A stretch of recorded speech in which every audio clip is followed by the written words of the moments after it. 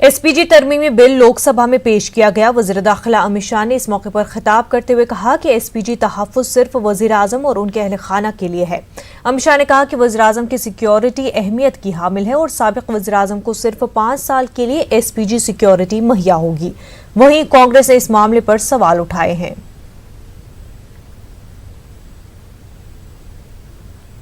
Act के तहत SPG protection सिर्फ प्रधानमंत्री और उनके परिवार के सदस्य जो उनके साथ अधिकृत प्रधानमंत्री निवास पर रहते हैं उनके लिए ही उपलब्ध होगा।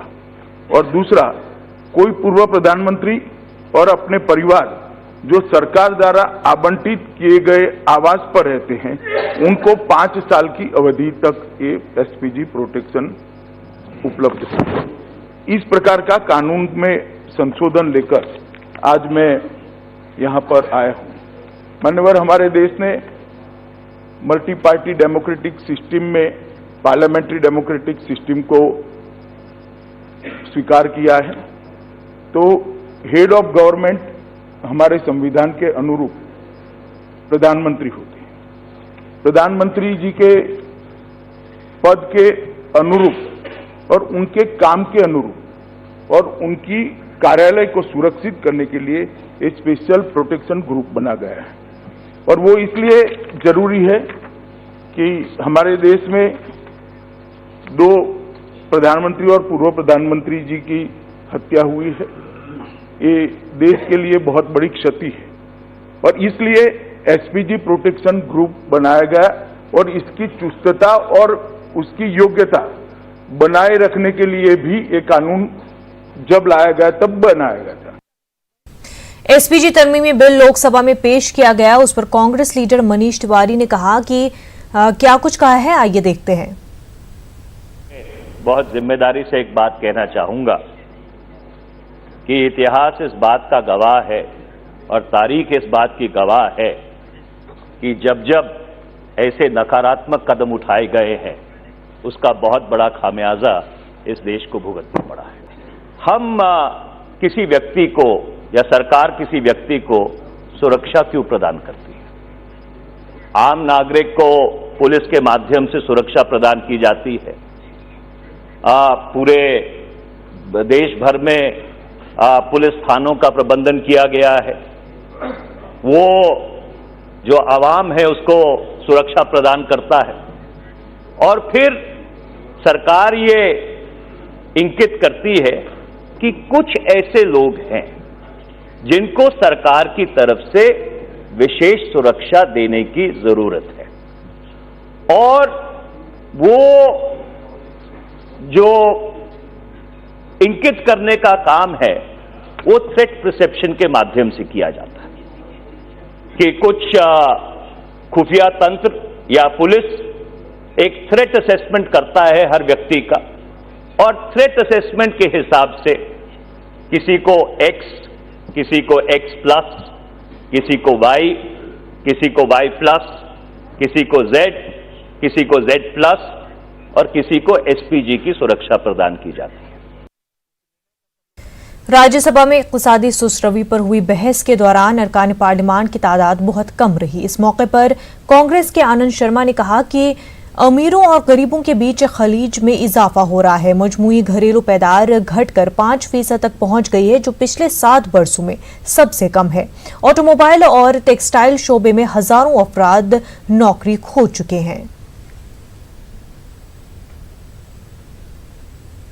कांग्रेस लीडर पीएल पुनिया ने कहा है कि मुल्क की माशी हालत बुरे दौर से गुजर रही है। पीएल पुनिया से बात की हमारी नुमाइंदा रंजीता ने। के वरिष्ठ नेता और राज्यसभा सांसद पीएल पुनिया हमारे साथ है बात करने के लिए। पुनिया जी, आज शीतकालीन सत्र का 8वां दिन है और आर्थिक मंदी को लेकर जिस तरह से चर्चा हो रही है, क्या मानना है आपका? खासकर जिस तरह से प्याज की भी कीमत फिर से बढ़ती नजर आ रही है।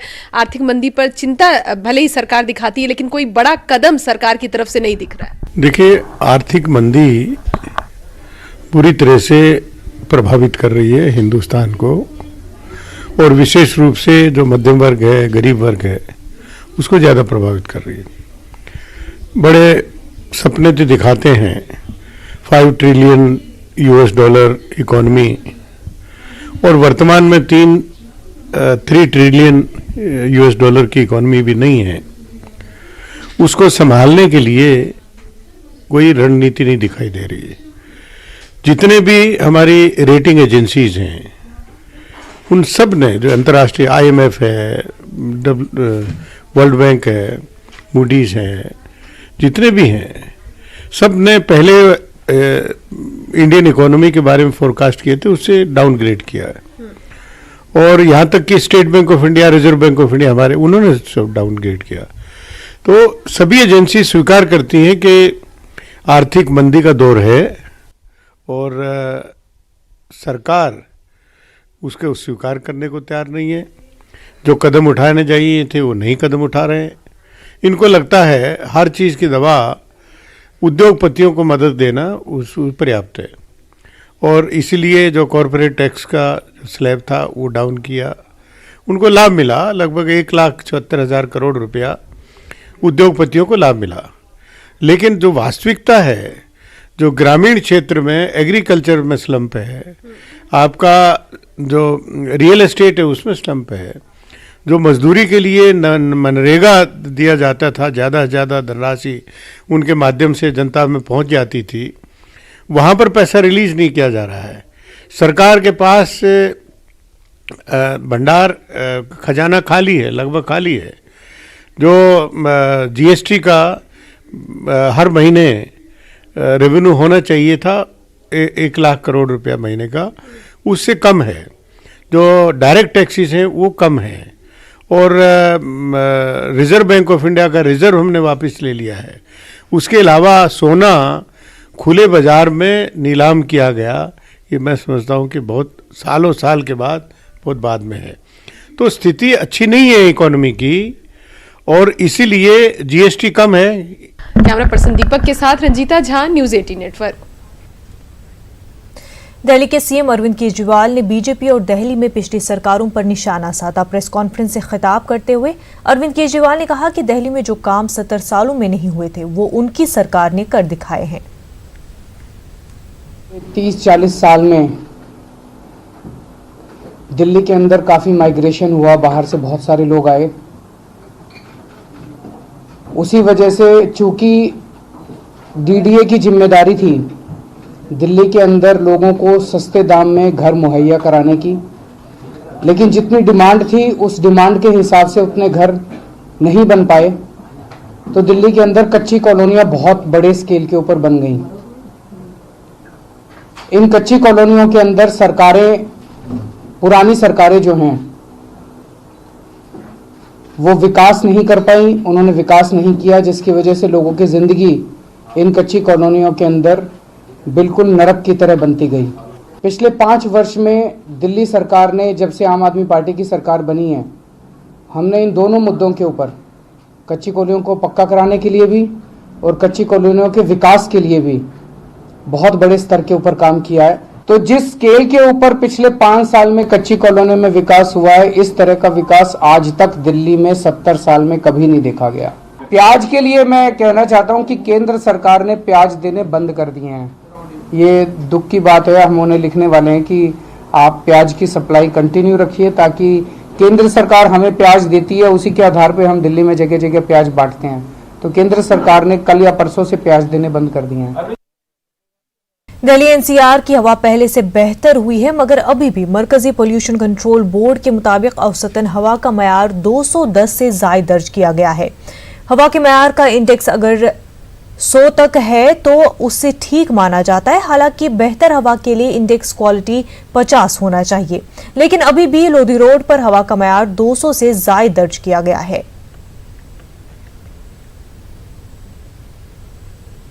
ये इस समय तो पहले तो काफ़ी धुंधछाई रहती थी, अब तो थोड़ी हवा चलने से मतलब काफ़ी साफ हो गया है मौसम।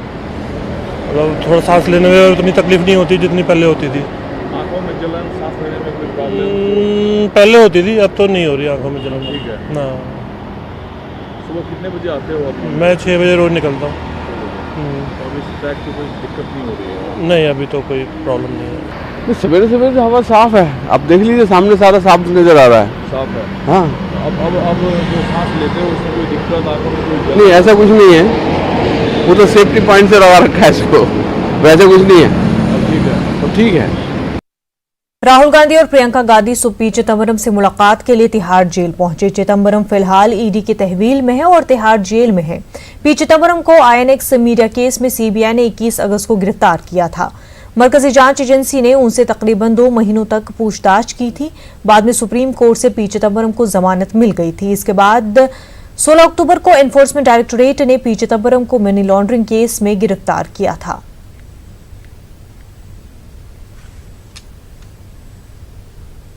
और प्रियंका गांधी बिना किसी से मिले दूसरे गेट से निकल गए। हम तिहाड़ के गेट नंबर 3 के बाहर हैं। इसी गेट से राहुल गांधी और प्रियंका गांधी यहां पी चिदम्बरम से मिलने अंदर गए थे। पी चिदम्बरम तिहाड़ में आईएनएक्स मीडिया मामले के अंदर बंद है, ईडी की हिरासत में है। उनसे आज राहुल गांधी की और प्रियंका गांधी की मुलाकात हुई और मुलाकात के पीछे जो मकसद है वो साफ ये है कि राहुल गांधी और प्रियंका गांधी के साथ पूरी कांग्रेस पार्टी जो है मजबूती से पी चिदम्बरम के साथ खड़ी है। एक ये संदेश देना है जो सबको नजर आता है। जाहिरी तौर पर अंदर क्या बातें हुई हैं ये नहीं कह सकते, लेकिन अंदाजा यही लगाया जा रहा है कि केस से जुड़ी बातों पर और जो देश के राजनीतिक हालात बन रहे हैं, आर्थिक स्थिति है, उस पर चर्चा की गई होगी। इससे पहले सोनिया गांधी और पूर्व प्रधानमंत्री मनमोहन सिंह भी यहाँ पी चिदम्बरम से मुलाकात करने आए थे। कार्तिक चिदम्बरम मेरे साथ हैं। कार्तिक, अभी राहुल गांधी से मुलाकात हुई है,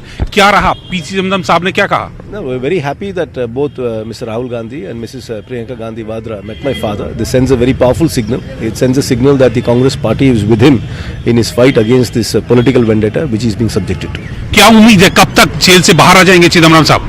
No, we hope to get a good judgment from the Supreme Court and then he'll be back home soon. Rahul Gandhi ने, ये प्रियंका गांधी ने कुछ कहा कि कब तक आप बाहर? They extended his support and they also and reiterated the fact that the Congress party is completely with my father. तो कार्तिक चिदम्बरम कह रहे हैं कि राहुल गांधी ने उनको संदेश दिया है कि पार्टी पूरी तरह से आपके साथ है और उम्मीद की जा रही है कि जल्दी जल्द बाहर आएंगे। कैमरामैन योगेंद्र के साथ नई दिल्ली से अशरफ काज़मी, न्यूज़ 18। दिल्ली में एक बार फिर प्याज की कीमतों में इजाफा हुआ है। दिल्ली में प्याज 100 रुपए किलो फरोख्त हो रही है। प्याज की बढ़ती कीमत ने लोगों के किचन का बजट खराब कर दिया है।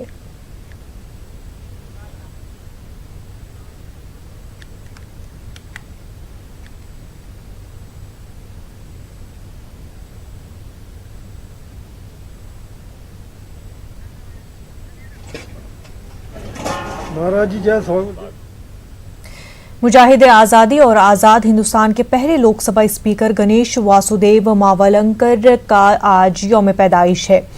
इस मौके पर पार्लियामेंट के सेंट्रल हॉल में उन्हें खराज अकीदत पेश किया गया। गणेश वासुदेव को प्यार से दादा साहब भी पुकारा जाता था। उन्होंने अदम ताउन तहरीक और नमक आंदोलन में बढ़ चढ़कर हिस्सा लिया था।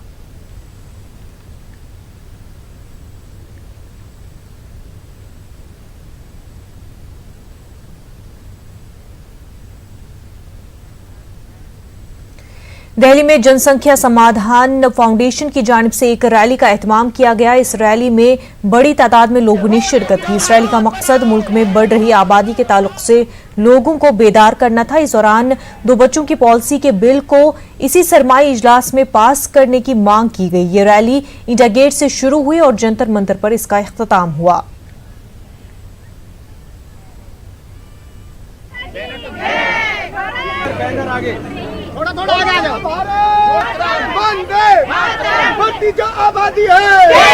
इस समय राष्ट्रहित और जनहित इसी में है कि जनसंख्या नियंत्रण कानून इसी शीतकालीन सत्र में पास हो जाए, लागू हो जाना चाहिए, क्योंकि असंतुलित जो जनसंख्या की वृद्धि हो रही है, जो माता पिता 2 बच्चे को नहीं पढ़ा पा रहे हैं, 20 बच्चे पैदा कर रहे हैं, तो वो कुपोषण के शिकार हो रहे हैं, अशिक्षा बढ़ रही है और उनको जो है अशिक्षा के कारण, रोजगार न मिलने के कारण तमाम जो है तो अपराध कर रहे हैं।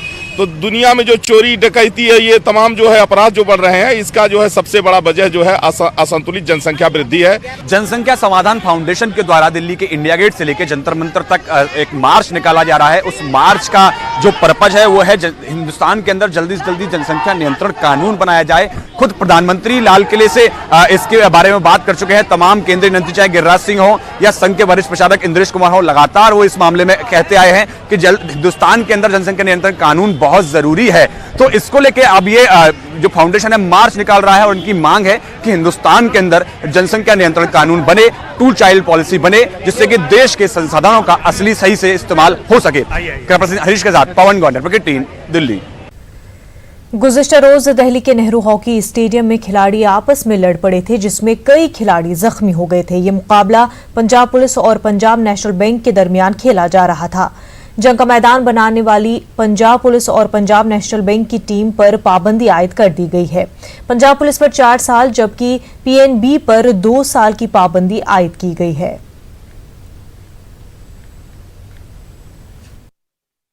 कल फाइनल जो हादसा हुआ बहुत ही अनफॉर्चुनेट है, बहुत ही उसको हमारी सोसाइटी ने बिल्कुल पसंद नहीं किया और सोसाइटी की कल एमरजेंसी मीटिंग में आफ्टर रिव्यूइंग द क्लिप ये डिसाइड किया है कि पंजाब पुलिस को 4 साल के लिए नेहरू हॉकी से निलंबित किया जाता है और 2 साल के लिए पंजाब नेशनल बैंक को सस्पेंड किया जाता है। इंदौर में एक बिल्डर के घर पर डकैती वारदात को 6 लोगों ने दिया अंजाम। गार्ड और घरवालों को यरगमाल बनाकर चोरी की वारदात दी अंजाम।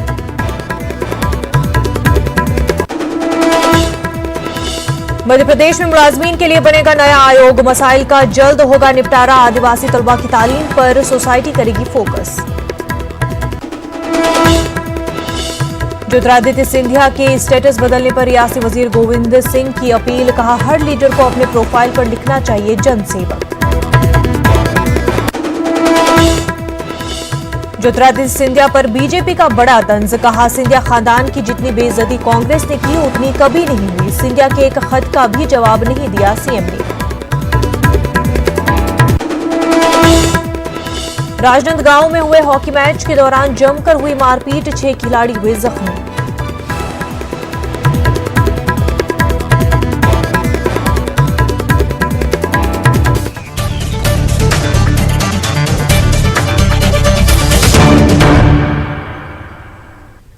ये थी मध्य प्रदेश छत्तीसगढ़ की सुर्खियां और अब खबरें तफसील से। इंदौर में एक बिल्डर के घर पर डकैती की वारदात अंजाम दी गई। इस वारदात को हथियारों से लैस 6 लोगों ने अंजाम दिया। इस दौरान उन्होंने घर पर मौजूद सिक्योरिटी गार्ड और घर वालों को यरगमाल बना लिया था। ये लोग घर से नकदी और सोने चांदी के जेवर लेकर फरार हो गए। पूरी वारदात सीसीटीवी में कैद हो गई। पुलिस पूरे मामले की छानबीन में मसरूफ है। वो देखना है। 5 लोग थे। क्या क्या हुआ था आपके? पर वो गाड़ी से उतरे। हाँ। और गाड़ी से उतरने के बाद डायरेक्ट अपने पास आ गए। अच्छा, इनके पास कोई हथियार भी थे मिश्रा जी? हथियार पर चाकू, हाँ? छोटे छोटे औजार थे। अच्छा मिश्रा जी, आपको बंधक बनाया था, उनने हाथ पैर बांधे थे, मारपीट की गई क्या? जी नहीं, मारे पीटी नहीं थी। मतलब खुल के बताइए ना क्या हुआ था, कि किस तरह से आए थे, क्या थे, कैसे दिख रहे थे वो? लंबे चौड़े दिख रहे थे, काले काले। अच्छा, किस तरह का नकाब वगैरह पहन रखा था उनने? ब्लैक कलर का। कितने लोग होंगे लगभग, अंदर और बाहर कितने लोग खड़े होंगे? बस टोटल 5 लोग थे। अच्छा, ये किनका बंगला है ये? गोयल जी का। आप कितने समय से काम कर रहे हैं यहाँ पे? 4-5 साल हो गया मेरा। अच्छा, ये कोई एजेंसी से आप या डायरेक्ट हैं यहाँ पे? एजेंसी से। घटना कारित हुई है जिसमें 4-5 लोग जो है उसमें सीसीटीवी कैमरे में दिखाई दिए हैं और प्रथम दृष्टया ये घटना जो है डकैती की लग रही है और पूरे मामले की जांच जो है पुलिस कर रही है और इसमें जो है हर प्रकार से जो है हर दृष्टिकोण से जो है इसमें इन्वेस्टिगेशन किया जाएगा और शीघ्र ही जो है जो इस घटना को जिन्होंने अंजाम दिया है उन तक पुलिस पहुंच जाएगी। सर ये नहीं है कि घटना लगभग सिटी से करीब 9-10 बजे करीब 5 बदमाश हथियार बंद घुस गए हैं और गार्ड को मार रहे हैं, बंधक बना रहे हैं। कहीं ना कहीं क्योंकि जिस तरह के फुटेज आ रहे हैं तो इन लोगों पर भी कुछ शंकाएं हैं सर? निश्चित तौर पे पुलिस के लिए इन्वेस्टिगेशन में हर एक एंगल खुला हुआ है। पुलिस हर दृष्टिकोण से जो है इसकी विवेचना करेगी और जिन लोगों की भी मिली भगत इसमें शामिल होगी, जिन्होंने भी रैकी करके इस वारदात को अंजाम दिया है, उसमें उनके विरुद्ध जो है पुलिस कार्रवाई करेगी। राजनांदगांव में हॉकी मैच के दौरान जमकर हंगामा हुआ। मामूली बात पर खिलाड़ियों में जमकर मारपीट हुई। बिलासपुर के मैनेजर समेत 6 खिलाड़ी इसमें जख्मी हुए हैं। बिलासपुर और राजनांदगांव के दरमियान ये मुकाबला था। इस मुकाबले के दौरान खिलाड़ी आपस में लड़ पड़े। यहां रियासती सतह का हॉकी टूर्नामेंट जारी था।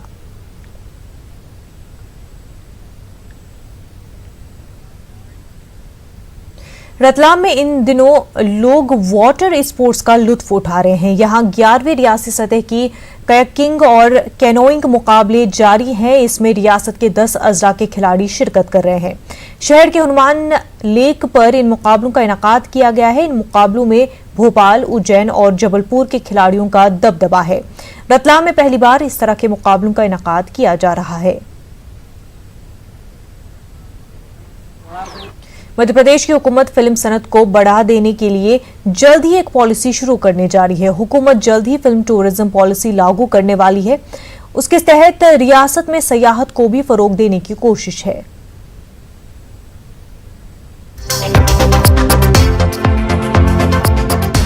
कमलनाथ हुकूमत रियासत मध्य प्रदेश की आमदनी में इजाफे की हर मुमकिन कोशिश में लगी हुई है।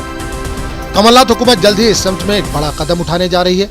कमलनाथ हुकूमत ने जल्द ही फिल्म टूरिज्म शुरू करने का मंसूबा बनाया है।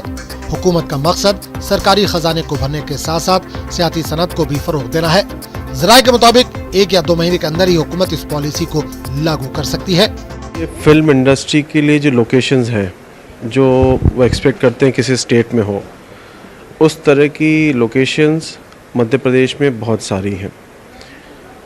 अभी फिल्म इंडस्ट्री के काफ़ी लोगों से हमने चर्चा की है। चीफ मिनिस्टर ने भी से भी कुछ लोग आके मिले हैं और काफ़ी चीज़ें मध्य प्रदेश सरकार से जो चाहते हैं, बहुत सारी परमिशंस हैं, बहुत सारी दिक्कतें उनको परेशानी उठाना पड़ती है जब वो किसी लोकेशन की परमिशन चाहते हैं। तो हम पॉलिसी में बहुत सारे चेंजेस कर रहे हैं जिससे एक अच्छा एटमॉस्फेयर बने उनके लिए। जो परमिशन में दिक्कत परेशानी होती वो उनको नहीं हो। हुकूमत की जानिब से फिल्म इंडस्ट्री के लिए सिंगल विंडो शुरू करने का इरादा है, जहां एक साथ परमिशन के साथ साथ दीगर तमाम लवाजमात पूरे होंगे। इससे जहां फिल्म मेकर्स को कम खर्च आएगा, वहीं रियासत में रोजगार के जराये भी पैदा होंगे। इस तरह की इंडस्ट्री अगर अपने स्टेट में आके ज़्यादा से ज़्यादा लोकेशन में अगर वो फिल्म सेटअप लगाती हैं या अपना फिल्मिंग करती हैं यहाँ पे, तो कहीं ना कहीं स्टेट में लोगों को रोजगार मिलेगा और रेवेन्यू भी जनरेट होगा। ये सच है कि रियासत में कई खूबसूरत लोकेशन है, झीलों का शहर मौजूद है, पर जरूरत इस बात की है कि हुकूमत फिल्म सनत से जुड़े लोगों के लिए बेहतर माहौल और आसानियां पैदा करे, जिससे ज्यादा से ज्यादा फिल्म मेकर्स मध्य प्रदेश का रुख कर सके। न्यूज़ 18 उर्दू, भोपाल। मंडला में शिक्षा मित्रों ने अनोखे अंदाज में एहतजाज किया। इन लोगों ने सड़क पर लेट कर हुकूमत से अपना वादा पूरा करने की मांग की है। इन्होंने कहा कि वादा वफा नहीं हुआ तो खुदकुशी के अलावा उनके पास कोई चारा नहीं बचता।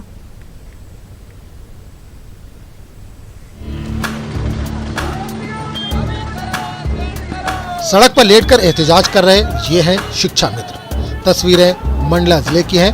हाथों में तख्तियां लिए ये लोग हुकूमत पर वादा खिलाफी का इल्जाम लगा रहे हैं।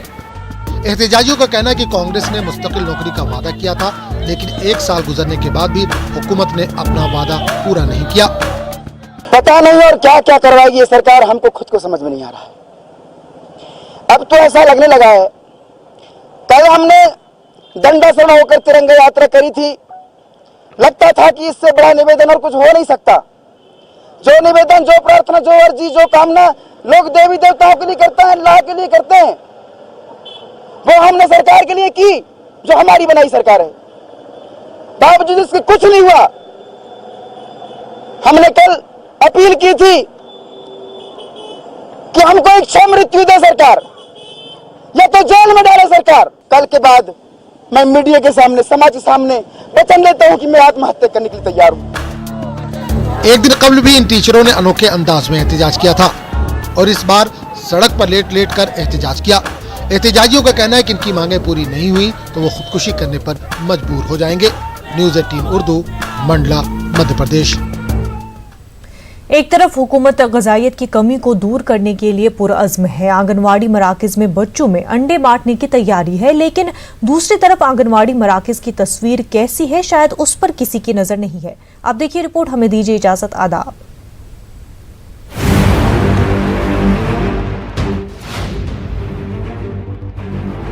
ये तस्वीर देखिए, खुले आसमान के नीचे मुल्क का मुस्तकबिल तैयार किया जा रहा है, नया हिंदुस्तान तैयार हो रहा है। ये तस्वीर है शिवपुर की, जहां खुले आसमान के नीचे आंगनवाड़ी मरकज चल रहा है। एक तरफ तो हुकूमत ग़िज़ाइयत की कमी को दूर करने के लिए 1 दिसंबर से इन मराकज़ पर अंडे देने की तैयारी कर रहा है, पर तस्वीरें तो देखिए, इन बच्चों को छत तक नसीब नहीं और ये बच्चे प्लास्टिक और बोरियों पर बैठकर पढ़ने पर मजबूर हैं। एक ही भवन, उसमें ही पोषण आ रहा है और उसमें बच्चे, अब वो अंडे आएंगे तो बाहर बच्चों बिठाने पड़ेंगे, उसी में एडजस्ट करना पड़ेगा। अंडों को रखने की कोई व्यवस्था है या सुविधा है? नहीं, अब कुछ नहीं है ना, आंगनबाड़ी तय केंद्र नहीं है, मतलब बिल्डिंग नहीं है? बिल्डिंग नहीं है। तो बच्चे कहाँ बैठते हैं? बच्चा भी बस में बैठता है, कमरा में। 80 बच्चे आ जाते हैं इसके अंदर? कचू तो 12 बटाना, कचू। आंगनवाड़ी मराकज़ में अंडा मुहैया कराने के लिए पूरी सरकारी मशीनरी लगी हुई है, लेकिन आंगनवाड़ी मराकज़ को एक अदद कमरे की भी जरूरत होती है, इसकी फिक्र किसी को नहीं। मुल्क के मुस्तकबिल, नन्हे बच्चे गर्मी, बारिश और ठंडी यानी हर मौसम में खुले आसमान के नीचे बैठने को मजबूर है। यहाँ सिर्फ एक ही नहीं, कई आंगनवाड़ी मराकज़ ऐसे हैं जो खुले आसमान के नीचे चल रहे हैं। कुछ के पास एक कमरे हैं तो वो भी स्टोर रूम, और बच्चे बाहर खुले आसमान के नीचे।